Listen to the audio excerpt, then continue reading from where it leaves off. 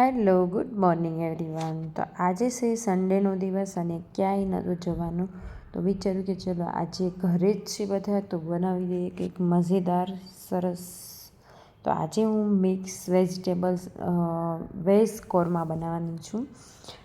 એમાં આપણે કેપ્સિકમ, ગાજર એન્ડ ઓનિયન ને એવું લઈશું અને ટોફુ બી એડ કરીશું. વેજ કોરમામાં જનરલી ટોફુ ના હોય, પણ હું મારી રીતે થોડુંક એડ કરી મતલબ મોડિફાઈડ કરીને હું એડ કરું છું બધું સબ્જી. તો તમે આ રીતે બનાવશો તો સચ મેં બહુ ટેસ્ટી લાગશે.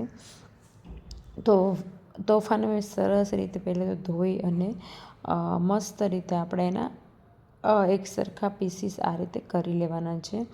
કારણ જે તોફુ હોય છે એ બહુ જ હેલ્ધી હોય છે, સોયાબીનનું બનેલું હોય છે અને ખાવામાં તમે એકદમ સિમ્પલ સાથે સિમ્પલ ખાશો ને પ્લેન તો તમને નહીં ભાવે, બટ એની સબ્જી બહુ જ ટેસ્ટી લાગશે. અને પનીર કરતાં બી એ વધારે પ્રોટીન હોય છે તોફુમાં. તો આપણે એ રીતના કટ કરી લેવાના છે ને પછી આપણે એની અંદર બધા જ બેઝિક જો ઘરના મસાલા હોય એ એડ કરી અને મસ્ત રીતે મિક્સ કરી દેવાના છે. પછી આપણે એ ટમેટાં કાંદાની ગ્રેવી નોર્મલી સાતળવાની છે અને એને બી ઠંડી કરવા મૂકી દીધી હતી. ગ્રેવી ઠંડી થાય ત્યાં સુધી આપણે પછી બીજું જે ઓનિયન ને બધું નાખવાનું એ પણ સાતળી લીધું હતું અને ગ્રેવીને આપણે પીસી લીધી હતી અને એક મસ્ત મજાની પેસ્ટ બનાવી હતી. એમાં બધા જ જો ખડા મસાલા નહીં પણ જે નોર્મલ બેઝિક મસાલા હોય એડ કરી પાણીની પ્યુરી બનાવી નાખી હતી. જો ફૂલ રેસીપી જોઈએ તો તમારે કોમેન્ટ જરૂરથી કરી દેજો. આ રીતની બધી પ્રિપરેશન કરી છે. અને સૌથી પહેલાં આપણે ઓઇલ અને બટર બંને લઈશું. બંને સેમ ક્વોન્ટિટીમાં લેવાનું છે. બટર જેટલું વધારે પડશે એટલું જ આવા તમારે ટેસ્ટ વધારે આવશે. તો ઓઇલ અને બટર મતલબ થોડુંક ગરમ થાય પછી આપણે ડાયરેક્ટ જે પ્યુરી બનાવી હતી ને એમાં આપણે લાલ મિરચી પાવડર, કશ્મીરી પાવડર અને જો ગરમ મસાલા એ બધું જ મિક્સ કરી અને ગ્રેવી ડાયરેક્ટ સાતળી નાખી છે. આ રીતની પહેલાં ગ્રેવી કરશો ને તો બહુ જ મસ્ત બનશે. તો તમે ટ્રાય જરૂરથી કરજો આ રીતે. અને પછી આપણે જે પ્યુરી બનાવેલી હતી ટમાટર અને ઓનિયનની એ બી આપણે એ સતળાઈ જાય, ઓઇલ છૂટું પડી જાય પછી આપણે એને એડ કરી દેવાની છે અને સરસ રીતે આપણે એને મિક્સ કરતું જવાનું છે જ્યાં સુધી એ ઓઇલ છૂટું ના પડે ત્યાં સુધી આપણે એ ગ્રેવીને પકવવાની છે. જોકે ઓલરેડી એમાં આપણે પકવેલી જ છે, પણ તો બી આમાં થોડીક આપણે 5 થી 10 મિનિટ સુધી પકવવાનું છે અને ત્યાર પછી આપણે બધા જ ટોફુ, બધા કેપ્સિકમ ને બધું લીધું હતું, કાજુ, ગાજર અને ઓનિયન એ બધું જ આપણે એડ કરી દેવાનું છે સરસ રીતે અને આપણે મસ્ત રીતે મિક્સ કરી દેવાનું છે. અને જે ગ્રેવી હોય એને સારી રીતે પકવા દેવાની છે સાઈડ પર. મીડિયમ ગેસ પર પકશે ત્યાં સુધી આપણે સાથે સાથે પરાઠા બી બનાવતા જવાના છે. તમે આની સાથે સાદી રોટલી બી ખાઈ શકો, જો 2 પડવાળી રોટલી હોય એ બી ખાઈ શકો અને પરાઠા બી ખાઈ શકો. તમને જો બી એની સાથે પસંદ હોય એ ખાઈ શકો, પણ પરાઠા વધારે સારા લાગતા હોય છે. તો જો મારા પરાઠા બી મસ્ત રીતે બધા જ બનીને રેડી થઈ ગયા છે અને અમે બધા ફાઇનલી હવે જમવા બેસી ગયા છીએ. એની જોડે શ્રીખંડ પણ મંગાવ્યું હતું એટલે કંઈક આમ અલગ લાગે આપણે કે ભાઈ આજે કંઈક સ્પેશિયલ મેનુ છે એમ. તો સન્ડેનું મેનુ કંઈક તો અમારું આવું હતું. તમારું કેવું મેનુ હતું એ કોમેન્ટ જરૂરથી કરી દેજો. અને પછી બહુ બધા વાસણ હતા એટલે વાસણ કરવાનો આળસ આવતી હતી તો બંધાવી હતી, મતલબ બુક કરી હતી પ્રોન્ટનવાળી. વિશ્વમ, શું કરશો તું?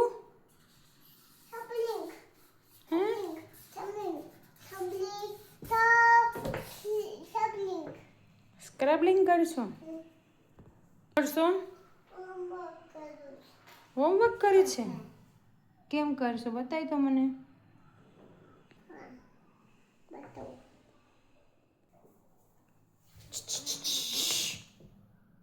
સામું જો તો વિશ્વમ. તો બસ જો આજે છે મંડે અને મારા હેર બહુ જ ખરાબ થઈ ગયા હતા. તો મેં વિચાર્યું કે ચલો આજે આપણે છોકરાઓ સ્કૂલ ગયા છે તો આપણી હેર ટ્રીટમેન્ટ કરી નાખીએ. તો હું હેર ટ્રીટમેન્ટ માટે ઓનલી હેર સ્પા વધારે જ કરતી હોય છે. 2 મહિને 2.5 મહિને મેં હેર સ્પા હું કરું છું. તો હેર સ્પા કરવો જરૂરી છે, કારણ કે આપણા જે ડેન્ડ્રફ હોય એન્ડ ફ્રીઝી હેર હોય અને જે ખરાબ હેર હોય એ નીકળી જાય અને એકદમ સ્મૂથ થઈ જાય અને હેર સારા લાગે. તો હેર સ્પા માટે મેં બોલાવી હતી, જે અમારી ફ્રેન્ડ જ છે, સામે તમે જોતા જ હશો વિડીયોમાં. તો એટલું સરસ હેડ મસાજ ને બધું, હેર સ્પા ને બધું બહુ સરસ કરે છે. તો મેં કીધું ચલ તું મને કરી દે આજે. જોકે એનો ઓર્ડર બહુ હોય એટલે મારો વારો તો બહુ ઓછો આવે, પણ છતાં પણ ટાઈમ કાઢીને બિચારી મને કરી દે. તો આજે ફાઇનલી મારો વારો આવી ગયો હતો હેર સ્પામાં. જો હેર સ્પા તમે ઘરે બી કરી શકો છો, પણ ટ્રાય જરૂર કરના હેર સ્પા. અને પછી આ રીતની એક કેપ હોય છે, હોમ સર્વિસ બી આપે, એટલે હોમ સર્વિસમાં આ જ રીતની કેપ પહેરાવી દેવાની. અને વચ્ચે વચ્ચે કહે હતું બધું અમારું પાર્લરનું થતું હતું ને, તો એક કુરિયર આવી ગયું, પણ ખોલ્લા વિના રહેવાનું નહીં, એટલે જોઈને ચેક કરી લીધું. તો વિશ્વ માટે કપડાં મંગાવ્યા હતા અમે. અને જો આ હેર સ્પા હજી ચાલુ હતું, મતલબ કેપ પહેરી હતી. અને પછી આપણે પેડિક્યોર ચાલુ કરી દીધું છે હવે. અને પેડિક્યોરમાં બી આમ કેવું કે તમારા પગ જો ખરાબ હોય પહેરીને એ બધું તળિયા, તો પેડિક્યોરથી મસ્ત પગ થઈ જાય તમારા. અને જે નેલ્સની અંદર ડલ સ્કિન ને જે મેલ ને એવું બધું હોય, તો એ સરસ રીતે નીકળી જાય. તો કેટલા વર્ષો પછી મેં પેડિક્યોર આજ કરાવ્યું છે ફર્સ્ટ વાર. મેરેજ મારા જ્યારે હતા ત્યારે કરાવ્યા હતા, ત્યાર પછી ક્યારેય પેડિક્યોર નથી કરાવ્યું. તો આજે ફર્સ્ટ વાર મને આટલી સરસ સર્વિસ મળી રહી છે, તો એટલે આમ એકદમ ખુશી જ થાય છે. તો એવું છે. તો તમે બી પાર્લર અગર જો પુણેમાં રહેતા હોય, તો તમારે ટ્રીટમેન્ટ કરાવવી હોય ને, તો એકદમ રિઝનેબલ રેન્ટમાં એ ટ્રીટમેન્ટ તમને મળી જશે. તો કોન્ટેક જરૂર કરજો મને, કોમેન્ટ કરી દેજો, હું તમને કોન્ટેક કરાવી દઈશ. તો બસ આ રીતનું છે. પછી બધું જ પતી ગયું અને આજે બનાવવાના હતા બપોરે બાજરાના રોટલા, ને વિશ્વમ બી સ્કૂલથી આવી ગયો હતો ફાઇનલી. તો બાજરાના રોટલા અને અડદની દાળ મસ્ત બનાવવાની હતી. કોને કોને બાજરાના રોટલા અને અડદની દાળ ભાવે છે એ પણ કોમેન્ટ જરૂરથી કરી દેજો. અને બસ આજનો દિવસ તો અમારે આવો જ હોય છે. તમારો દિવસ કેવો જાય છે કોમેન્ટ કરજો. અને અમારા વિડીયો તમને ગમે છે કે નહીં એ બી કોમેન્ટ કરજો. અને લાઇક, શેર એન્ડ સબસ્ક્રાઈબ કરવાના નહીં ભૂલતા, કે વિડીયો બનાવવામાં બહુ બધી મહેનત થતી હોય છે. એક સબસ્ક્રાઈબ મળતો હોય અને એક લાઇક મળતી હોય ને એક કોમેન્ટ મળે ને, તો આમ બધા જ ટેન્શન ભૂલાઈ જાય અને એક કામ કરવાની ઈચ્છા થાય, એક વિડીયો બનાવવાની. તો બસ આવું છે. આજના માટે આપણે આટલું જ રાખીએ. વિડીયો સારો લાગે તો જરૂરથી શેર બી કરી દેજો ફેમિલી અને ફ્રેન્ડ્સમાં. અને બાજરાના રોટલાની ફૂલ રેસીપી જોતી હોય, ના આવડતા હોય તો બી કોમેન્ટ કરજો. આપણે જરૂરથી recipe step by step share કરીશું. તો બસ આજના માટે આટલું જ રાખીએ. મળીશું નવા વ્લોગમાં. ત્યાં સુધી આવજો. Bye bye.